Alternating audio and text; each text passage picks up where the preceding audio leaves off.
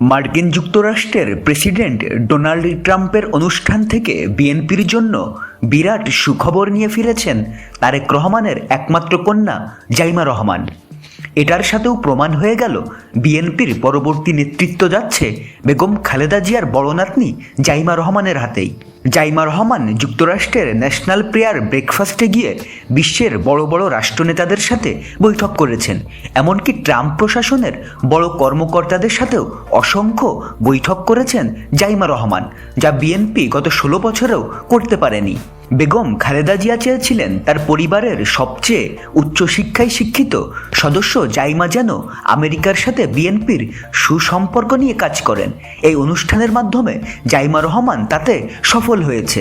অনেক বিএনপি নেতাকর্মী বলেন, জাইমা রহমান বেগম খালেদা জিয়াও আমাদের প্রতি অত্যন্ত আন্তরিক ও যত্নশীল। শহীদ রাষ্ট্রপতি জিয়াউর রহমান বেগম খালেদা জিয়া ও তারেক রহমানের যোগ্য উত্তরসূরি হতে যাচ্ছেন জাইমা রহমান। বেগম খালেদা জিয়ার আরও 2 নাতনি আছে। দেশের মানুষের কষ্ট লাঘবে জাইমা রহমানের আগ্রহের কথা উল্লেখ করে তারা বলেন, ভবিষ্যৎই বলে দেবে জাইমা রহমান কত দূর যাবেন।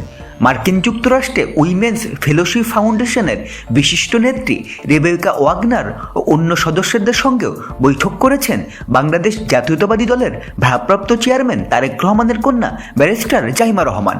বৈঠকে বাংলাদেশ যুক্তরাষ্ট্র সম্পর্ক, আন্তর্জাতিক সহযোগিতা এবং বিশ্ব শান্তি সমৃদ্ধির বিষয়ে আলোচনা হয়েছে বলে জানানো হয়েছে। এর আগে তারেক রহমানের প্রতিনিধি হিসেবে তার কন্যা ব্যারিস্টার জাইমা রহমান যুক্তরাষ্ট্রের ন্যাশনাল প্রেয়ার ব্রেকফাস্ট অনুষ্ঠানে যোগ দেন। যুক্তরাষ্ট্র কংগ্রেসের আনুষ্ঠানিক আমন্ত্রণে রাজধানীর ওয়াশিংটন ডিসিতে গত 5 ও 6 ফেব্রুয়ারি এই ন্যাশনাল প্রেয়ার ব্রেকফাস্ট অনুষ্ঠিত হয়। গত 11 জানুয়ারি বিএনপির ভারপ্রাপ্ত চেয়ারম্যান তারেক রহমান, মহাসচিব মির্জা ফখরুল ইসলাম আলমগীর ও স্থায়ী কমিটির সদস্য আমির খসরু মাহমুদ চৌধুরীকে মার্কিন কংগ্রেসের আয়োজিত ন্যাশনাল প্রেয়ার ব্রেকফাস্ট কমিটি চিঠি দিয়ে আমন্ত্রণ জানায়। জাইমা রহমান লন্ডন থেকে যুক্তরাষ্ট্রে যান।